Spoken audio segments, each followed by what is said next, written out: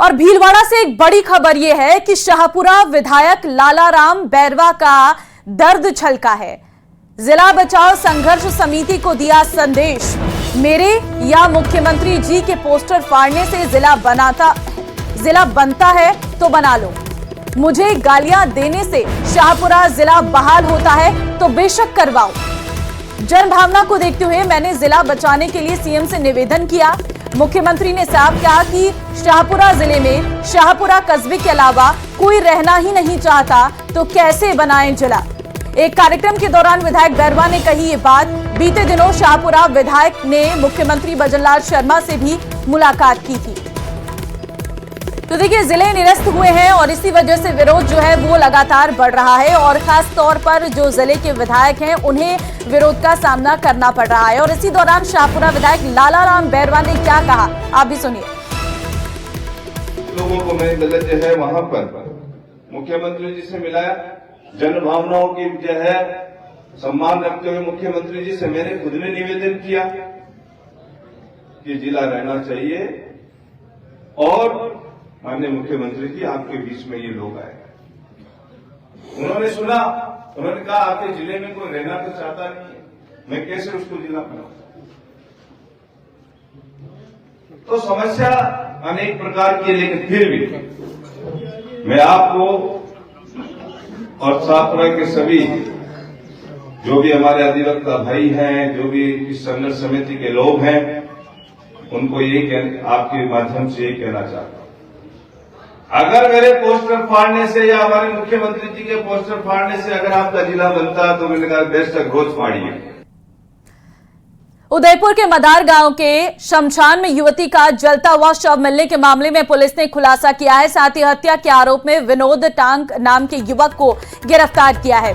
SP Yogesh Goyal ने बताया कि घटना के बाद पुलिस ने आसपास के इलाके में लगे 600 से अधिक सीसीटीवी कैमरे को खंगाले हैं और जिसकी मदद से आरोपी की पहचान की गई है। जानकारी के मुताबिक विनोद और दिल्ली की रहने वाली आरती कुमारी एस्कॉर्ट सर्विस के काले कारोबार से जुड़े हुए थे और 1 साल से दोनों लिविंग रिलेशनशिप में रह रहे थे। लेकिन आरती को पैसे की डिमांड बढ़ने पर परेशान होकर विनोद ने घर में ही उसका गला दबाकर हत्या कर दी। फिलहाल पुलिस ने आरोपी को गिरफ्तार कर लिया है, आगे की कार्रवाई की जा रही है। मौके पर उन्होंने पाया कि एक महिला जिसकी लगभग 30 से 35 साल की उम्र थी, अर्धजलीय अवस्था में शमशान में थी।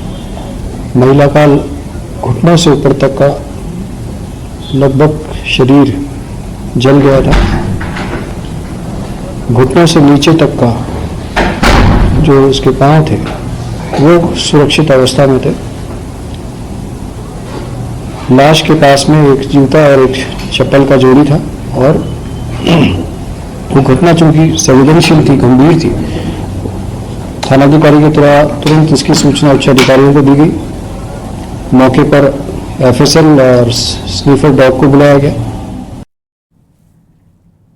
और अब खबर भीलवाड़ा से है, जहां सरदार जी का खेड़ा गांव में विवाहिता प्रेमिका से मिलने उसके घर जाना एक प्रेमी को भारी पड़ गया। जब प्रेमी युवक अपने प्रेमिका के पास था तभी घर वालों की नींद खुल गई, जिसके बाद प्रेमी युवक आनंद फानन में प्रेमिका के ही कपड़े पहनकर भागने लगा। ऐसे में महिला के वेश में जाता देख ग्रामीणों ने उसे पकड़ लिया और जमकर पिटाई कर दी। उनका गुस्सा इतने में शांत नहीं हुआ। उन्होंने प्रेमी युवक के हाथ पैर बांधे और उसके सिर के बाल काट दिए। घटना की जानकारी मिलने के बाद मांडलगढ़ थाना पुलिस मौके पर पहुंची, जहां ग्रामीणों ने युवक को पुलिस के हवाले कर दिया। हालांकि पुलिस ने आरोपी युवक को शांति भंग में गिरफ्तार कर लिया है, लेकिन अभी तक इस मामले में परिजन और ग्रामीणों ने कोई भी शिकायत दर्ज नहीं करवाई है।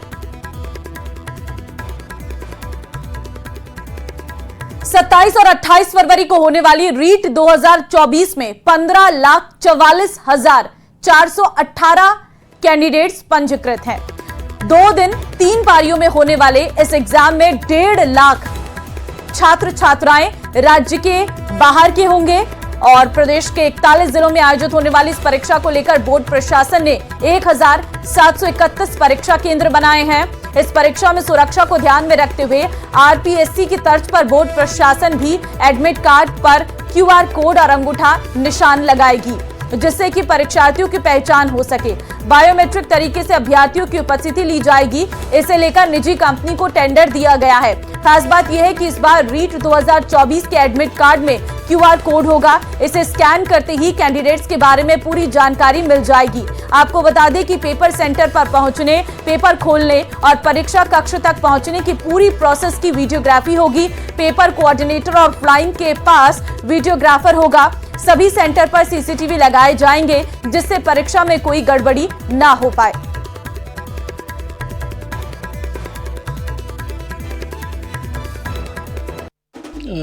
रीट परीक्षा 27 और 28 फरवरी को आयोजित होने जा रही है। इसके लिए परीक्षार्थियों को जो प्रवेश पत्र जारी किए जाएंगे, उसमें QR कोड की व्यवस्था की जाएगी, जिसे स्कैन करने पर परीक्षार्थी की डिटेल प्राप्त हो जाएगी। उदयपुर से आपको बड़ी खबर देंगे। मुख्यमंत्री भजनलाल शर्मा का आज उदयपुर दौरा। शाम 5:40 पर वायुयान से पहुंचेंगे उदयपुर के डबोक एयरपोर्ट। सीएम का सर्किट हाउस में रात्रि विश्राम का कार्यक्रम है। 18 फरवरी को सुबह 9 बजे आएंगे अनंता रिजॉर्ट। द्वितीय अखिल भारतीय राज्य जल मंत्रियों के सम्मेलन में शामिल होंगे। तो उदयपुर से बड़ी खबर आपको दे रहे हैं। मुख्यमंत्री भजनलाल शर्मा का आज उदयपुर का दौरा है। द्वितीय अखिल भारतीय राज्य जल मंत्रियों के सम्मेलन में शामिल होंगे। अखिल भारतीय राज्य जल मंत्रियों के सम्मेलन में शामिल रहने वाले हैं सीएम। शाम 5:40 पर वायुयान से पहुंचेंगे उदयपुर के डबोक एयरपोर्ट।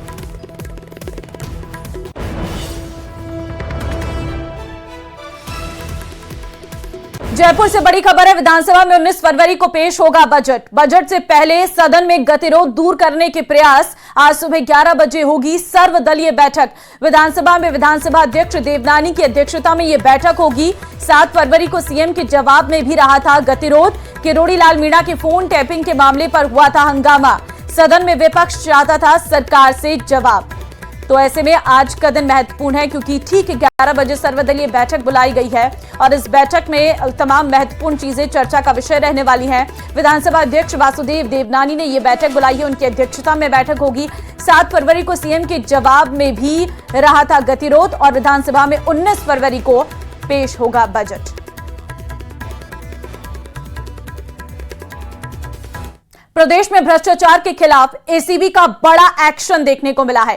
पीडब्ल्यूडी के अधिशासी अभियंता दीपक मित्तल के ठिकानों पर छापेमारी में बड़ा खुलासा हुआ है। सर्च ऑपरेशन में जयपुर, उदयपुर, अजमेर, ब्यावर में 16 भूखंड के दस्तावेज मिले हैं। एसीबी को सर्च में 203% से अधिक आय के सबूत मिले हैं। यह रिपोर्ट देखिए।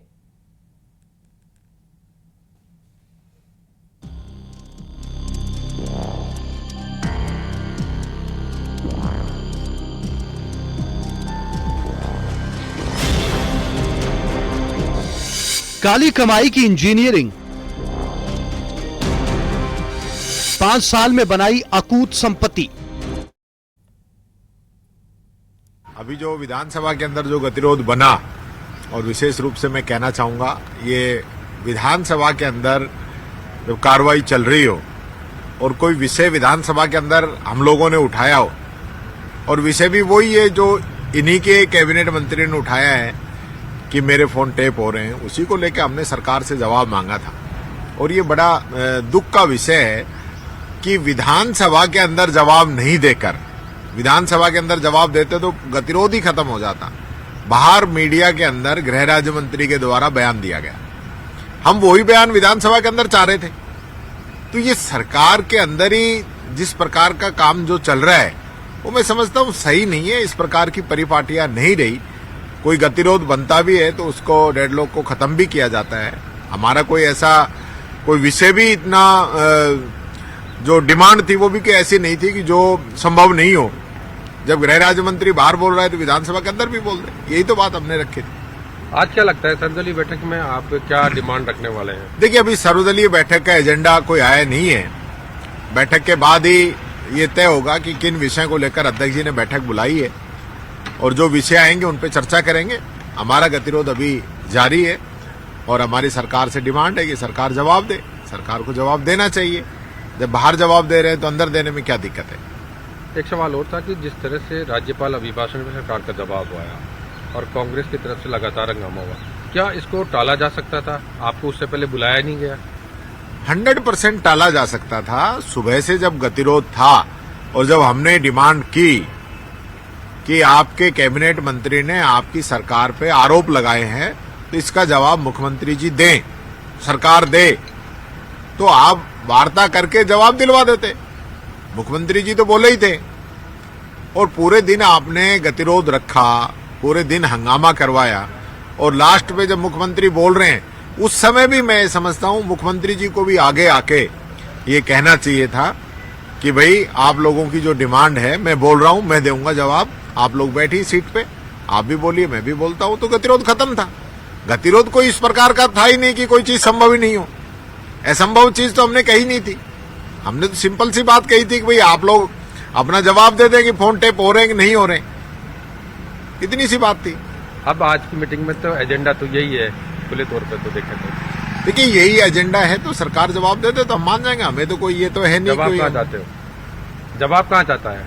जवाब तो जब विधानसभा चलती है तो देखिए ये विधानसभा की विशेषाधिकार है कि जब विधानसभा चलती है, चाहे लोकसभा चलती हो, चाहे राज्यसभा चलती हो, किसी भी प्रकार की कोई बात होती है तो उसका विधानसभा के अंदर जवाब दिया जाता है, नहीं कि बाहर मीडिया के अंदर जाके। ये परिपाटी है, परंपरा है, विशेषाधिकार है। न सरकार कोई घोषणा कर सकती है, न कोई नया टैक्स लगा सकती है, न कोई छूट दे सकती है, न कोई इस प्रकार का गंभीर विषय है जो बाहर जिस पे डिमांड है बाहर बोल सकते हैं, अंदर नहीं बोले, ऐसा कुछ नहीं होता। ये परिपाटी ये लोग जो चला रहे हैं गलत है। विधानसभा के अंदर ही जवाब होना चाहिए। तो विधानसभा में जवाब होगा ये माना जाए? मैं समझता हूं जवाब देना चाहिए, सरकार को जवाब देने में कोई दिक्कत नहीं होनी चाहिए। जब ये लोग कह चुके हैं कि हम कोई टेप नहीं करा रहे हैं, हम गुंडे मवालियों के फोन टेप कराते हैं, विधायकों के मंत्रियों के नहीं कराते हैं, तो ये बात अंदर कह दें, क्या जोर पड़ रहा है भाई? अंदर में बाहर में या ये हाथी के दांत थोड़ी है कि खाने का लगे दिखाने का लगे। तो जो बात बाहर बोल रहे हो अंदर बोल दो। Thank you. तो सुना आपने किस तरीके से यहाँ पर टीकाराम जूली की तरफ से कहा गया है कि जो जवाब आप बाहर दे रहे हैं वो जवाब आप सदन के अंदर दीजिए।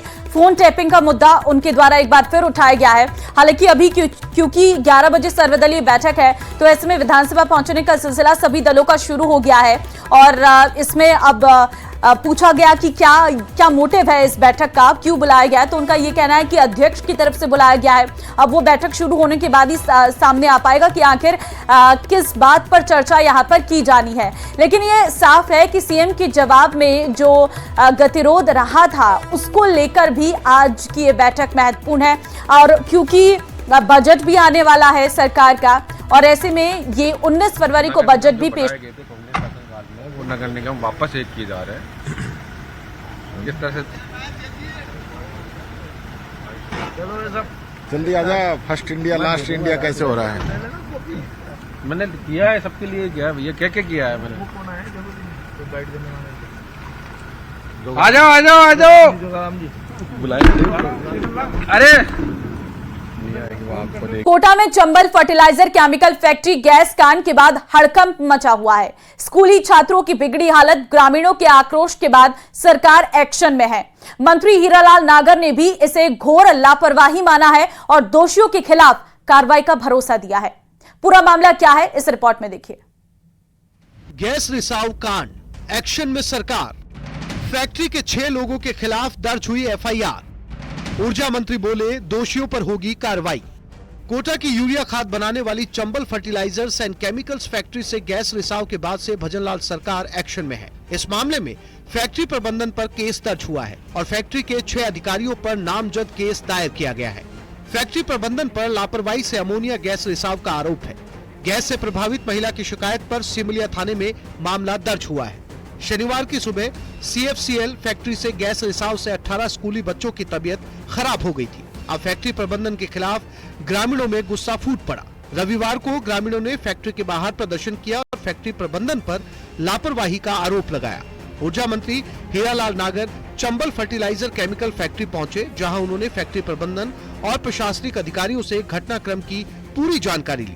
उन्होंने कहा कंपनी की लापरवाही हुई तो कठोर कार्रवाई की जाएगी। कोटा के जेके लॉन अस्पताल में अब तक 13 बच्चों को पहुंचाया गया है। इसके लिए मेडिकल बोर्ड का भी गठन किया गया है, जिनकी तरफ से लगातार भर्ती बच्चों का रिव्यू किया जा रहा है। हालांकि अच्छी बात यह है कि सभी बच्चों की हालात में तेजी से सुधार हो रहा है और फिलहाल उनको 48 घंटे के ऑब्जर्वेशन में रखा गया है। वहीं इसको लेकर के अगर बात करें तो जो जांच के आदेश दिए गए थे कि किस तरह से चंबल फर्टिलाइजर केमिकल लिमिटेड से गैस का रिसाव हुआ, इसको लेकर के पॉल्यूशन कंट्रोल बोर्ड की टीम अपने स्तर पर जांच कर रही है। डिस्ट्रिक्ट एडमिनिस्ट्रेशन की जो टीम है वो अपने स्तर पर जांच कर रही है और फिलहाल ये साफ नहीं हो पाया है कि किस तरह का गैस का जो रिसाव है वो यहाँ से हुआ। शनिवार को CFCL फैक्ट्री से सटे सरकारी स्कूल के बच्चों की जान उस वक्त आफत में आ गई जब इस फैक्ट्री से निकली अमोनिया गैस स्कूल तक पहुंच गई। अमोनिया गैस की चपेट में आकर एक के बाद एक स्कूली छात्रा बेहोश होकर जमीन पर गिरने लगी। इसके बाद बच्चों को फैक्ट्री के डिस्पेंसरी में ले जाया गया। इन बच्चों में से एक की हालत बिगड़ने के बाद कोटा के JK लोन अस्पताल में रेफर किया गया। फिलहाल 13 स्कूली बच्चों को मेडिकल बोर्ड की निगरानी में रखा गया है और सभी बच्चों को लगातार एग्जामिन किया जा रहा है। बच्चे सब सेटल्ड हैं और इनको कुछ लोकल प्रॉब्लम्स हुई थी जो अमोनिया का रिसाव हुआ उससे, लेकिन उसका असर इनकी बॉडी पे नहीं आया। सबकी ऑक्सीजन सैचुरेशन मेंटेन्ड है। सबको किसी को भी कोई स्किन से रिलेटेड कोई चकत्ते आना, खुजली मचना, इस तरह की कोई प्रॉब्लम नहीं है। आंखों में कोई तकलीफ नहीं है, पेट दर्द किसी की भी शिकायत नहीं है। हमारे सारे HOD हमारे चेस्ट एंड TB वाले, पल्मोनोलॉजी वाले देख चुके हैं, HOD साइकेट्री देख चुके हैं, HOD ऑफ्थेल्मोलॉजी देख चुके हैं और HOD पीडियाट्रिक्स और उनकी टीम तो पूरा देख ही रही है। सभी का ये मंतव्य है कि बच्चे बिल्कुल सकुशल हैं। ऊर्जा मंत्री हीरालाल नागर गड़ेपन गांव पहुंचे। उन्होंने छात्रों और उनके अभिभावकों से बात करके हादसे की जानकारी ली। ऊर्जा मंत्री हीरालाल नागर ने कहा कि इस हादसे में प्रथम दृष्टया छात्रों के बेहोश होने का कारण प्लांट से गैस रिसाव का ही प्रतीत होता है। जिला प्रशासन ने जांच कमेटी बनाई है जिसमें पोल्यूशन के लोग भी है, प्रशासन के लोग भी है, पुलिस के लोग भी है और टेक्निकल लोग भी लिए गए हैं। ये जांच कमेटी भी अपनी रिपोर्ट देगी और उसके अलावा भी संभावना होगी तो और भी हम इसकी हायर लेवल पे जांच कराएंगे, लेकिन जो गलती हुई है और उसके लिए जो भी जिम्मेदार होंगे उन पे कार्रवाई भी होना चाहिए। फिलहाल इंतजार जांच रिपोर्ट का है जिसमें क्या कुछ निकलकर सामने आता है, इस आधार पर ही बच्चों के लिए जानलेवा बनी इस जहरीली फैक्ट्री पर कार्रवाई तय होगी। न्यूज़ 18 राजस्थान के लिए कोटा से हिमांशु मित्तल की रिपोर्ट। पिंडवाड़ा से बड़ी खबर है। आपसी कहासुनी को लेकर रोहिडा सरपंच और ग्रामीणों के बीच हाथापाई हुई है। दोनों के कपड़े फटे हैं। ग्रामीणों ने बीच बचाव किया है। हाथापाई का वीडियो भी सोशल मीडिया पर वायरल हुआ है। रोहिडा सरपंच पवन राठौड़ ने 2 लोगों के खिलाफ थाने में रिपोर्ट दी है। सरपंच पवन अग्रवाल पहले भी कई बार विवादों में रह चुके हैं। पुलिस निष्पक्ष कार्य को लेकर जांच में जुटी है। रोहिडा थाना क्षेत्र के रोहिडा मुख्य चौराहे पर यह हाथापाई हुई है। तो देखिए, एक वीडियो भी बकायदा इसको लेकर सामने आया है जिसमें हाथापाई करते हुए ये लोग नजर आ रहे हैं।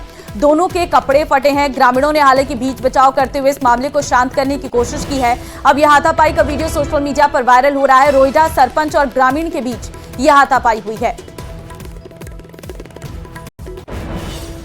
एक तरफ सरपंच पक्ष के लोग, दूसरी तरफ ग्रामीण जिनके बीच में यह हाथापाई हुई है। प्रतीक हमारे संवाददाता, उनसे अधिक जानकारी लेते हैं। प्रतीक, रोहिडा सरपंच और ग्रामीण के बीच यह हाथापाई की वजह क्या रही?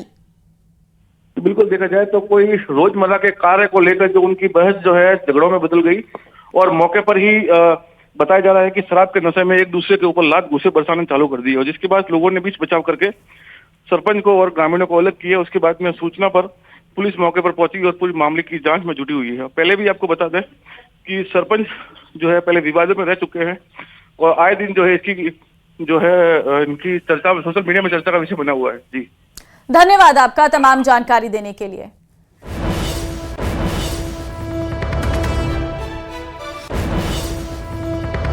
चलिए, आपको क्षेत्रीय राजभाषा सम्मेलन के आयोजन में लिए चलते हैं और आपको वहां की तस्वीरें दिखाते हैं किस तरीके से ये आयोजन किया जा रहा है। मुख्यमंत्री भजनलाल शर्मा खुद इस आयोजन में मौजूद हैं। जयपुर की ये तस्वीर जो प्रदर्शनी वहां पर लगाई गई है, सबसे पहले उनका अवलोकन कर रहे हैं और साथ ही साथ वहां पर किताबों के जो स्टॉल लगाए गए हैं उन्हें देखते हुए नजर आ रहे हैं। सभी लोग अपने स्टॉल के बारे में सीएम भजनलाल शर्मा को ब्रीफ कर रहे हैं। उनके साथ डिप्टी सीएम भी प्रेमचंद बैरवा मौजूद हैं। आपको बता दें, क्षेत्रीय राजभाषा सम्मेलन का आयोजन किया जा रहा है। राजभाषा विभाग गृह मंत्रालय का ये सम्मेलन है। आज जयपुर में उत्तर 1, 2, मध्य और पश्चिम क्षेत्रों का संयुक्त क्षेत्रीय राजभाषा सम्मेलन का यह आयोजन हो रहा है। पुरस्कार वितरण समारोह का भी आयोजन है। जयपुर के जेईसीसी में राजस्थान के मुख्यमंत्री भजनलाल शर्मा समारोह में मुख्य अतिथि होंगे और ये तस्वीरें आपके सामने हैं। केंद्रीय गृह राज्य मंत्री नित्यानंद राय, राजस्थान के उप मुख्यमंत्री डॉक्टर प्रेमचंद बैरवा, दिया कुमारी विशिष्ट अतिथि के रूप में यहां पर शामिल हैं। समारोह में विभिन्न कार्यालयों, बैंकों, उपक्रमों को राजभाषा में उत्कृष्ट कार्य करने वाले पुरस्कार प्रदान किए जाएंगे। राजभाषा कार्यान्वयन समिति को राजभाषा सम्मान से सम्मानित किया जाएगा और उत्कृष्ट कार्य करने के लिए 110 पुरस्कार प्रदान किए जाएंगे। फिलहाल वहां पर जो प्रदर्शनी लगाई गई है उसका अवलोकन यहां पर मुख्यमंत्री की ओर से किया जा रहा है और हर एक चीज का बारीकी से वो अवलोकन कर रहे हैं और इसी दौरान जो स्टॉल्स में लोग मौजूद हैं वो सीएम का वेलकम कर रहे हैं और इस दौरान जयपुर की सांसद भी वहां पर सीएम के साथ मौजूद हैं। यहाँ पर अलग अलग किताबें जो हैं वो रखी गई हैं जिसमें कई कहानियां लिखी गई हैं राजस्थान के बारे में और वहां की चीजों के बारे में। चलिए, इस बुलेटिन में फिलहाल के लिए बस इतना ही। आगे आप देखिए बिग ब्रेकिंग न्यूज। नमस्कार।